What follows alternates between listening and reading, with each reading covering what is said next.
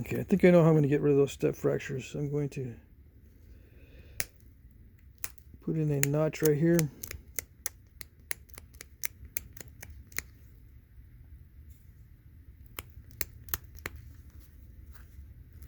Trying to pop out a big flake.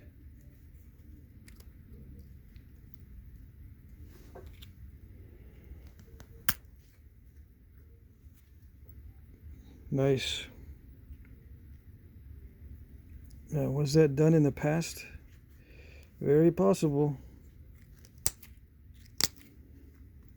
I mean, I'm not that smart, and if I can figure out how to do that, then I don't see why not.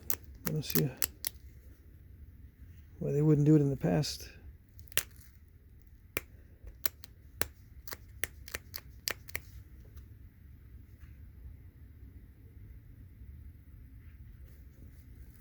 Now, if I take another flake there, I think I'm just going to make that step fracture worse.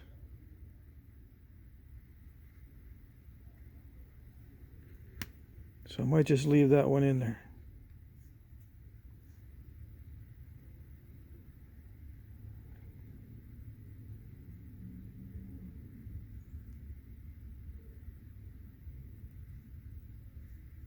Yeah.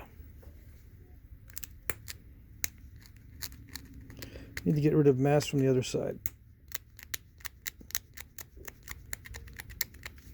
I'm going to pop a big flake off in this direction. Hopefully I won't snap everything. I don't know if I showed you, I did put a piece of wood inside here to make it more rigid.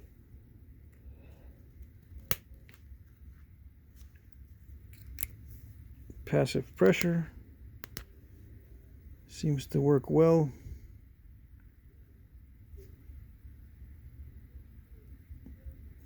Cool.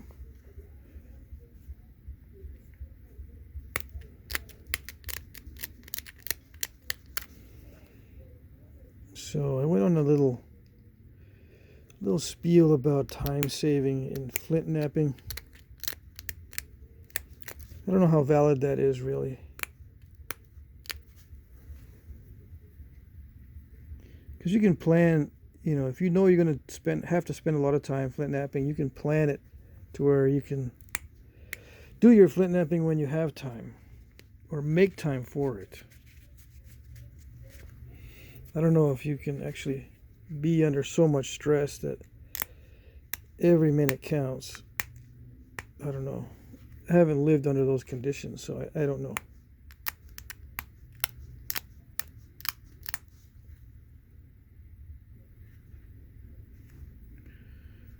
I'm just putting something out there.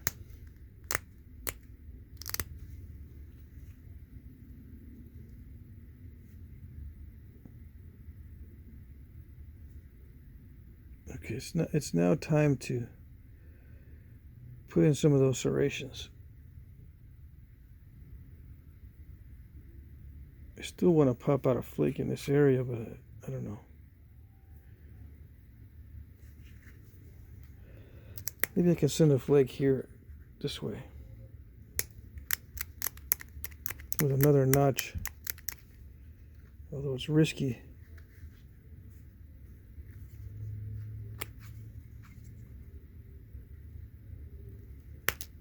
Yeah, popped out a little too soon, but I don't know, it might have worked a little bit. That was a good size, good amount of material that popped out of there.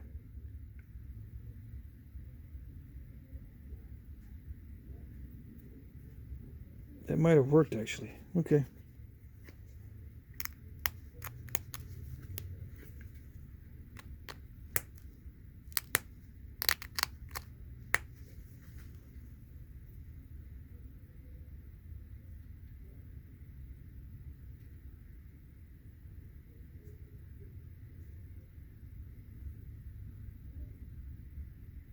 Oh, it seems to be a little bit reduced. Seems to be.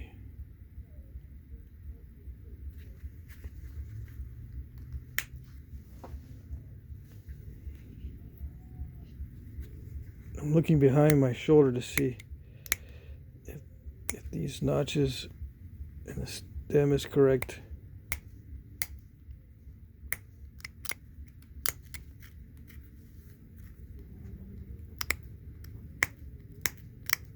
Looking in the big red book.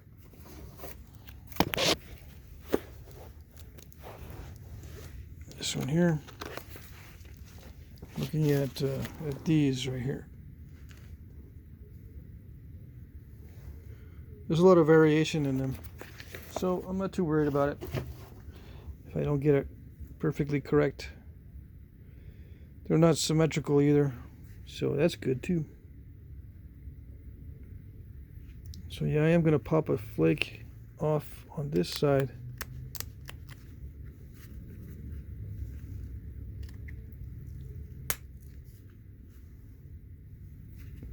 Yeah, very nice. Alrighty. I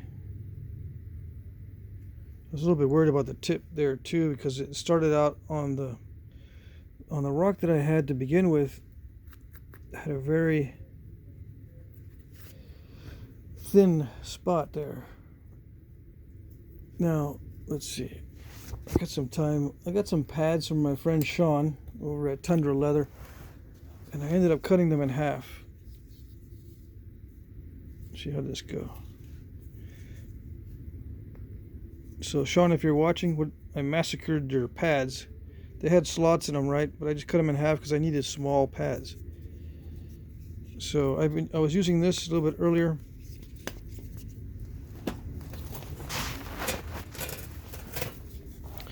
I put a pretty good bevel all the way around on the bottom side because I don't like to have any square edges hitting my palms of my hand.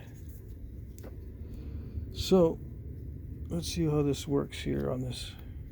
It's a hard leather over plywood on this one.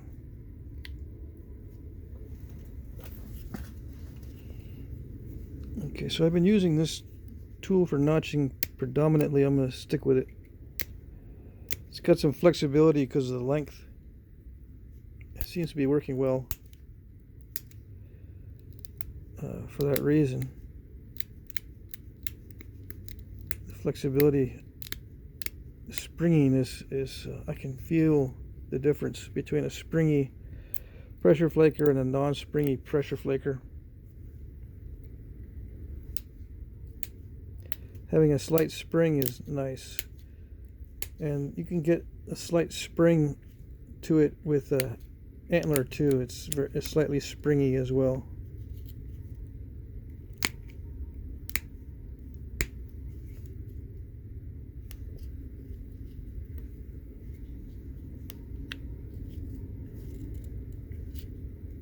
I gotta watch that I don't hit a flat spot.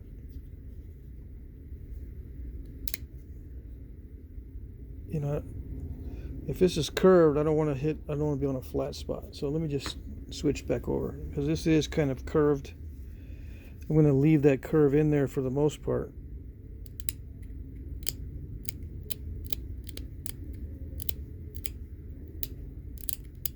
I'm just preparing the edge to run flakes on the other side, because I'm going to thin it down to give the illusion of it being straight.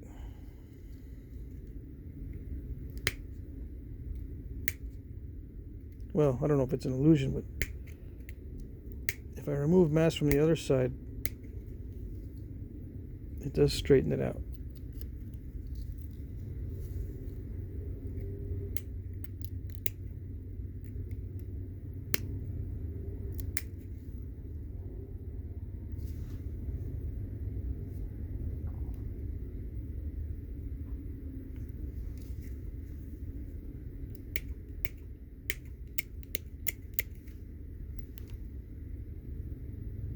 Before I do that, I'm going to work on the base a little bit more. I don't want to be working on the base down here while I got a very delicate tip. So let me just finish this out. I think I'm going to make a flatter type base.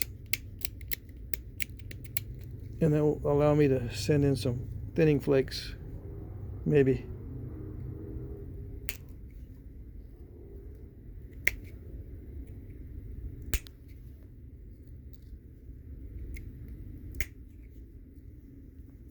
Yeah, that's not too bad.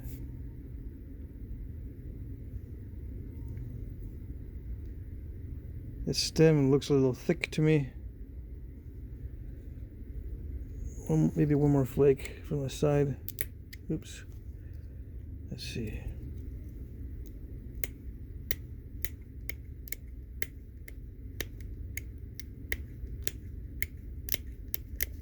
Some of these stems are pretty narrow, so I'm not that worried about making it a little narrower. That didn't go anywhere. Yeah. I need to get a better ledge on that platform so I can get some purchase on that.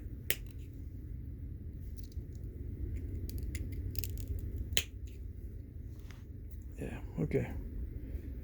I won't mess with it anymore. Promise. Okay.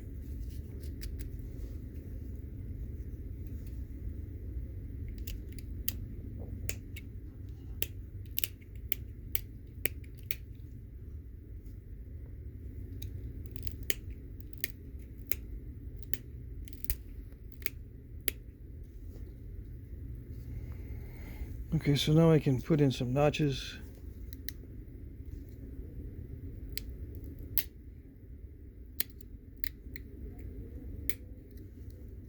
Notches also help me to thin it down a little bit. Where I'm going to use this opportunity to thin it down a little bit more, so it does straighten it out.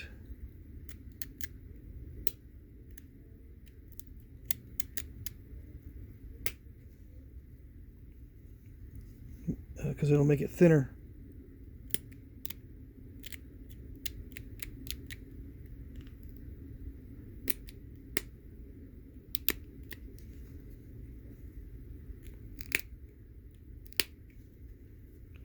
Now, a lot of these are random, these little pop-outs, which means these were done quickly.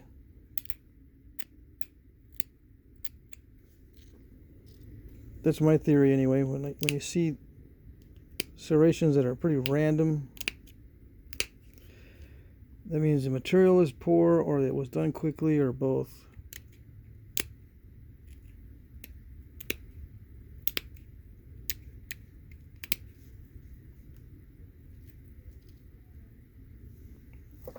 Let's see. Yeah, these serrations are not fat, they're narrow.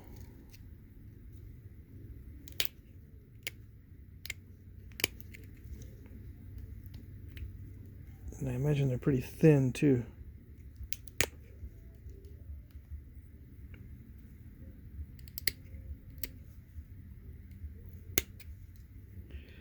Alright, so that one looks a little bit odd, but I don't care.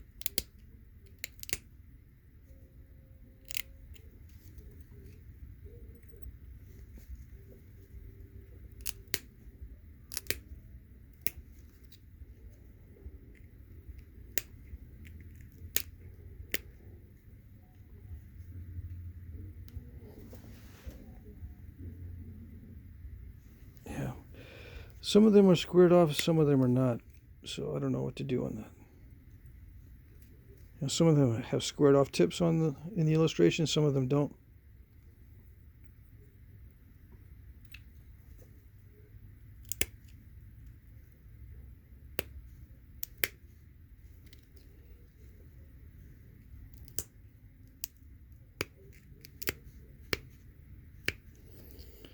Yeah, I need to go to a smaller diameter.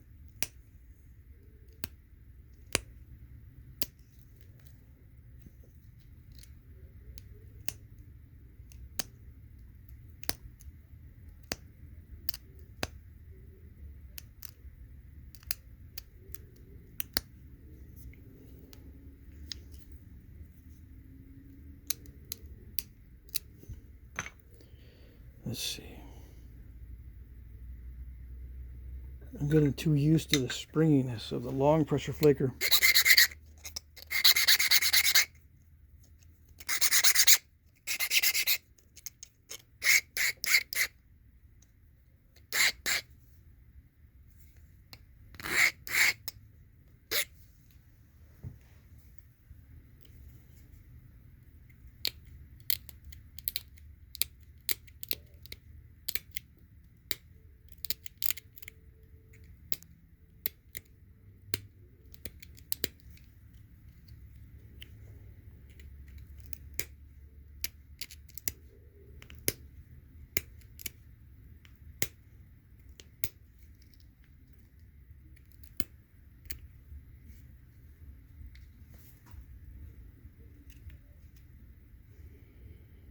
Well, it's pretty much done.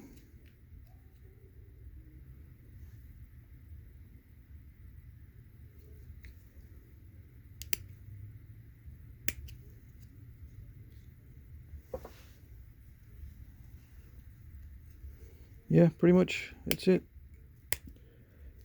I don't need to mess with it much anymore, except I just saw that these areas under the barbs are circular or semicircular.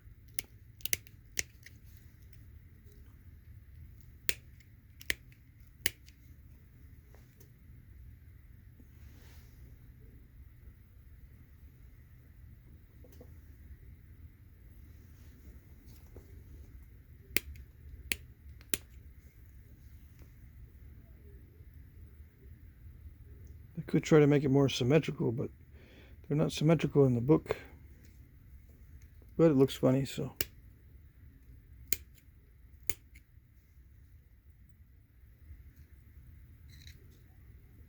I'll make it a little more symmetrical.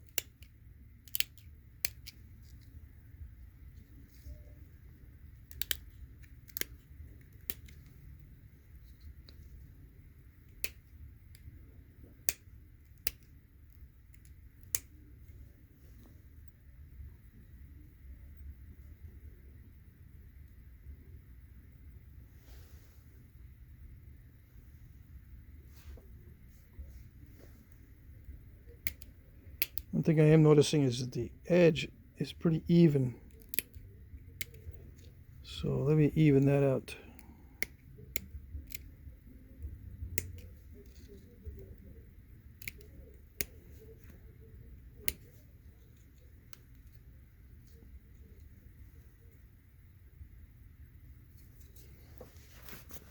Some of these pop-outs are quite deep. Oops. Just blew off the top of that barb. Or not that barb. The top of that serration just blew off.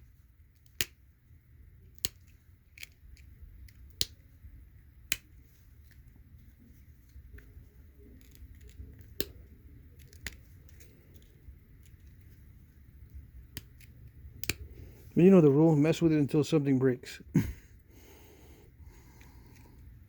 We're going to make these notches deeper. One more pop out there.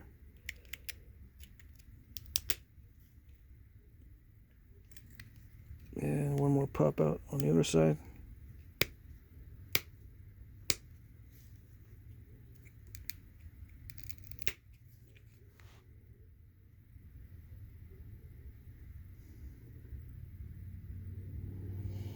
Yeah, that's fine. It's probably thicker than it should be. Anyway, I've got one hafted. I made one earlier. Actually works pretty good. It looks pretty good on in the haft. I was surprised, and I would wrap it through these notches down here by the or just above these barbs. I would put some wraps in there. Now this neck between the notches is more narrow than this one, so I did notice that these little necks between the notches up here are variable, but this down here is pretty consistent. So this is what was important. This little distance here across the neck here. So are you saying this point has two necks? Yeah, basically there's two dimensions that can be considered necks. One right here and one right here. And it makes it easy to snap off in the haft when it's got a narrow neck. So this would leave, the top part would remain in the wound. Now this would be holding it, like if it snapped right here across the neck here, these wraps would still be holding it in, sort of, right? So you may be able to extract the arrow just because it's still wrapped, but I think remove the arrow head because it's still wrapped, but it would be extremely painful to take it out this way. And you couldn't push it that way because it's no longer attached. It's just wobbling around, but it still has some wrapping, so trying to take it out this way is not going to work either. So that's going to be quite a nuisance if it snaps across the neck, down here at the lower neck here on the stem. If you still have some wraps up here. So that's a pretty nasty invention. Just by looking at it from conjecture and thought experiment, it looks like a pretty nasty arrowhead. All right, so that's it. I'm going to cut it off here and post it. I like this style. I'm going to make several more, and I'll have like a little display. And maybe someday I'll show a bunch of these.